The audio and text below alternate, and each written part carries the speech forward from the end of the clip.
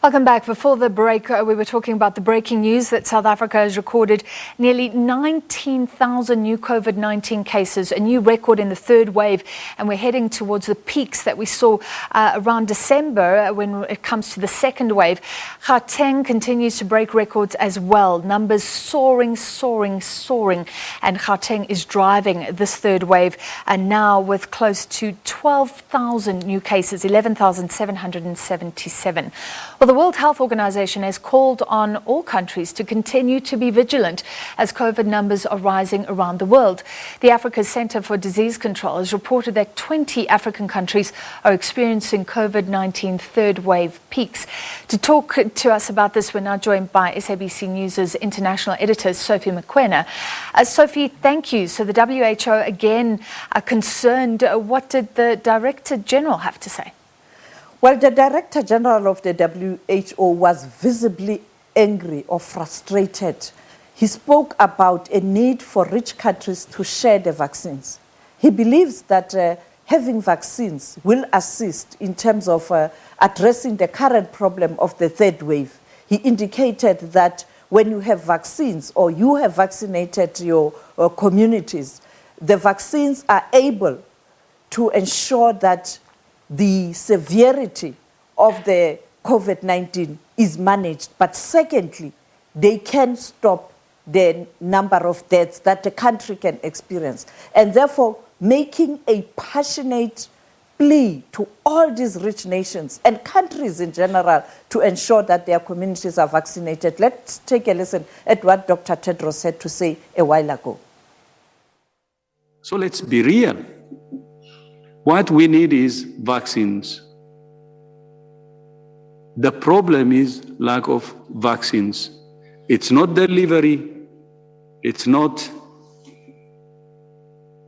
problem in absorption by and large. We can have that maybe when we have more vaccines. It's lack of vaccines. It's not hesitancy. It's lack of vaccines. And the situation in many countries, in low-income countries, especially in Africa, it's very worrisome. I said it many times, and I sent a tweet, actually. I posted a tweet yesterday about the worrying trend in Africa. It's becoming so dangerous. And the difference now is between having a vaccine and not having a vaccine. The difference is between the haves and the have-nots, and which is now completely exposing the unfairness of our world, the injustice, the inequality. That's it, let's face it. And that's the problem. And we need vaccines now. That's the issue. Then let's try if absorption or delivery is a problem. Let's see it. If hesitancy is a problem, it's not. Of course, there could be a problem, but that's marginal. That's secondary issue. That's secondary issue. We need vaccines now to save lives. And let's not go around the bush now. We need vaccines. That's the problem. And I will tell you another story. I had a meeting with the allocation team. There is an advisory group we established that can help us to allocate vaccines that's coming through the COVAX. They're frustrated. They're disappointed because there is no vaccine to allocate. No vaccine. So there is no allocation if there is no vaccine. What do you share if there is nothing to share? That's the reality. So let's focus. And as media people, please, you know the truth. Just focus on what is failing. The world, as international community, as the world is failing. As global community, we're failing. We're repeating the same mistake as HIV/AIDS, which took 10 years to reach the low-income countries after it was already rampant in high-income countries, and the H1N1 vaccines that was delivered to low-income countries after the pandemic, after the epidemic was over. Do we want to repeat the same thing? Can't we learn from what happened in the past? I think you know the answer. Please help us mobilize so the world comes back to its senses and help us open the world.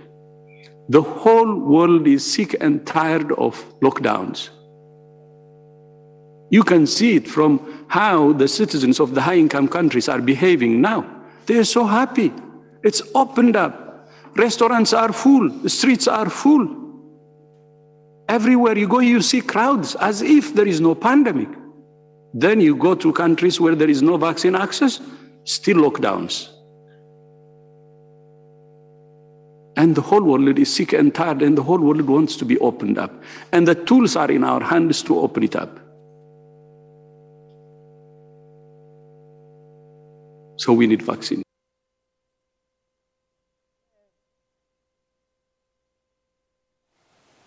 Clearly, Francis, it is an indictment on the world leaders that the poorer nations are not able to access vaccine while they are hoarding the vaccines.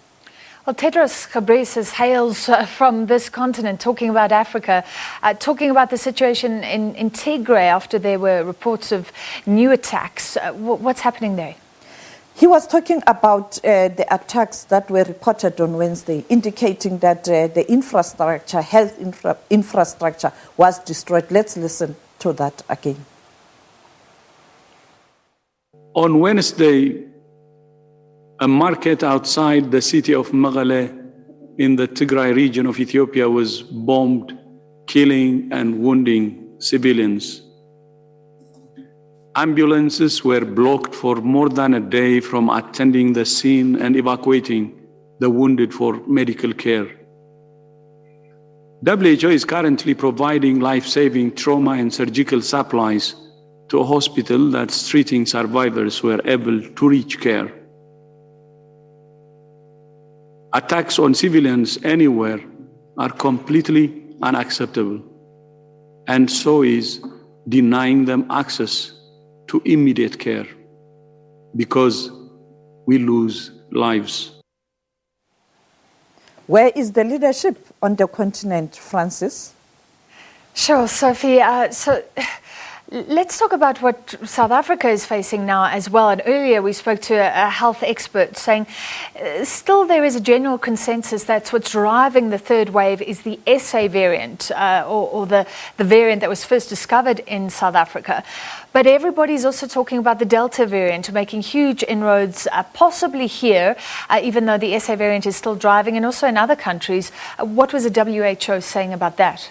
Yes, indeed, many countries around the world have reported this Delta variant that was first detected in India. There are even reports and suspicions that it has now mutated, and that is why you have this problem. Let's take a listen at what one of the senior scientists and officials at the WHO had to say, Maria van Kerkhove, Dr. Maria van Kerkhove. The Delta variant is a dangerous virus. It is more transmissible than the Alpha variant, which was extremely transmissible across Europe, across any country that it entered. The Delta variant is even more transmissible. We are seeing trajectories of incidents that are almost vertical in a number of countries around the world. Europe and many countries are seeing a decline in cases, but there are a lot of events that are occurring across the region. A lot of events, whether these are large events related to sporting events or religious events or even backyard barbecues. All of these actions have consequences, and the Delta variant is spreading readily among people who are unvaccinated. So even countries that have high percentages, remember, the entire population is not yet vaccinated.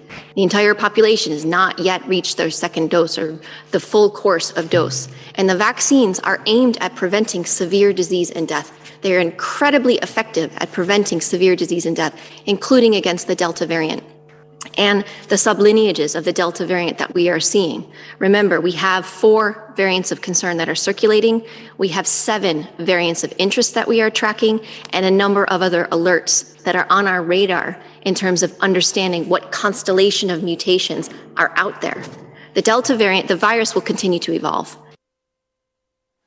A call from the Africa CDC: continue to observe and respect the health protocols, but also the non-pharmaceutical interventions. Secondly, it is winter time in the southern region. It is cold. Much as we are supposed to be in-house, let's ensure that there's ventilation. Let's continue to wear our mask even in the house. And let's continue to keep social distance in the house. And lastly, let us do our part. Let us not go to crowded places. It is in our hands. All right, thank you very much, International Editor Sophie Mokoena. And yes, especially in light of the new numbers, new COVID-19 cases heading towards 19,000 in Gauteng, accounting for the vast majority of cases heading towards 12,000. Many of the hospitals in this province are calling for drastic action, something that has to be tightened up in terms of lockdown restrictions. We'll bring you any news that breaks over the weekend. Coming up, sporting action with Simon, then the watchdog with Vuyo. From me and the team, good night.